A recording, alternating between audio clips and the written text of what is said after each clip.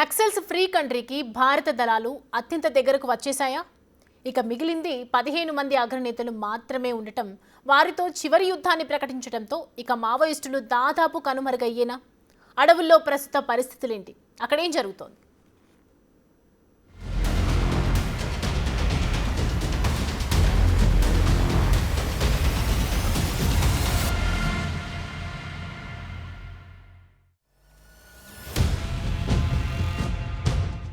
ఇది చివరి అధ్యాయం. అలాగని ఇదేమంత తేలిగ్గా సాధ్యం కాలేదు. ఆ మాటకొస్తే మేం చేసింది కేవలం ఎన్కౌంటర్లు మాత్రమే కాదు, ఏళ్ల తరబడి సాగిన నిఘా సేకరణ, గ్రౌండ్ లెవెల్ ఆపరేషన్ల నిరీక్షణ, రకరకాల దళాల సమిష్టి కృషికి నిదర్శనం. ఇది బస్తర్ రేంజ్ ఐజీ సుందర్రాజ్ చేసిన కామెంట్లు.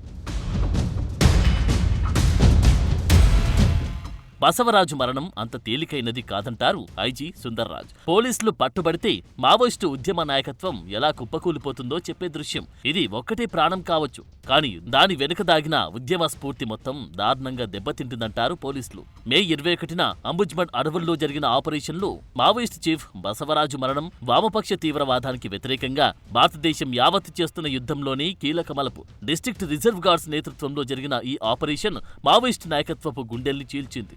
అంతేకాదు, ఉద్యమ బలాన్ని దాదాపు నిర్వీర్యం చేసింది. ఇది మోస్ట్ వాంటెడ్ తీవ్రవాది జీవనయానపు ముగింపు మాత్రమే కాదు, దేశంలో దశకాలుగా కొనసాగుతున్న మావోయిస్టు తిరుగుబాటుపై మన భద్రతా దళాలు సాధించిన అద్భుతమైన విజయంగా అభివర్ణిస్తున్నారు పోలీసు ఉన్నతాధికారులు. 2026 మార్చి 31వ తేదీలోగా భారత భూభాగంపై నుంచి నక్సలిజాన్ని పూర్తిగా నిర్మూలించడానికి గడువు విధించుకున్నాయి మన భారత భద్రతా దళాలు. అయితే అడవిలో శ్మశాన వైరాగ్యం పూర్తిగా అలుముకుందని చెప్పలేం. ఇంకా అక్కడ బతికే ఉన్న దయ్యాలు తమ తుపాకులను గురిపెట్టగలవని కూడా అంటున్నారు అధికారులు. బస్తర్లో దాగి ఉన్న మావోయిస్టుల జాబితా ఇంకా మిగిలే ఉంది. భద్రతా దళాలకిది ఇంకా డెడ్ అండ్ డేంజర్ జోన్ గానే ఉందంటారు హయ్యర్ అఫీషియల్స్.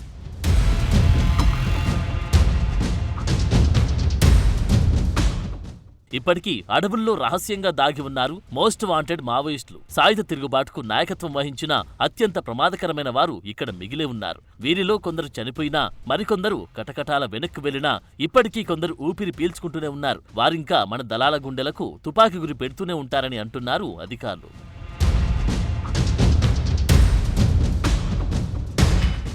ఇప్పటికీ మిగిలే ఉన్న ఆ మావోయిస్టుల జాబితాలు ఎవరున్నారని చూస్తే మొదటి పేరు ముప్పాళ్ల లక్ష్మణరావు అలియాస్ గణపతి. మావోయిస్టు ఉద్యమానికి మూల స్తంభమైన గణపతి అజ్ఞాతంలో ఇంకా జీవించే ఉన్న మోస్ట్ వాంటెడ్ లో ఒకరు. మల్లోజుల వేణుగోపాల్ అలియాస్ భూపతి వ్యూహాత్మక వ్యవహారాల నిపుణుడు, చెల్లాచెదురైన కార్యకర్తలను తిరిగి సమీకరించగల సమర్థుడు.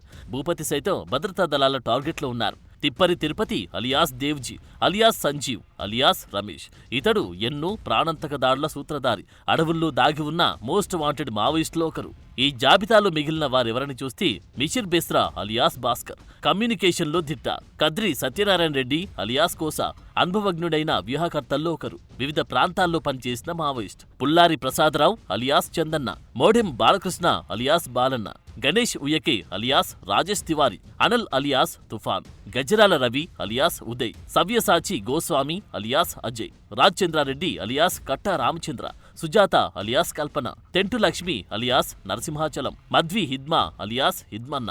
2021లో సుక్మా దాడితో సహా అనేక దాడుల్లో నిందితుడు హిద్మా.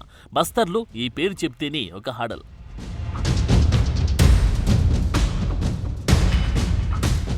సిపిఐ మావోయిస్టు అగ్రనాయకత్వంలో సగానికి సగం నిర్మూలించామంటారు బస్తర్ ఐజీ. కేవలం 15 మంది అగ్రనాయకులు మాత్రమే మిగిలి ఉన్నారని, వీరిని కూడా తాము ట్రాక్ చేస్తున్నామన్నారు. వీరిలో చాలా మంది వృద్ధులున్నారని, అలసిపోయిన వీరు లొంగిపోవాలని కూడా చూస్తున్నారంటారు పోలీసులు. అయితే వీరి కోసం మా విజ్ఞప్తి ఎంతో స్పష్టమని, ప్రధాన స్రవంతిలోకి తిరిగి రండి, ఏ యుద్ధం మరణంతోనే ముగించాల్సిన అవసరం లేదని పిలుపునిస్తున్నారు బస్తర్ పోలీసులు.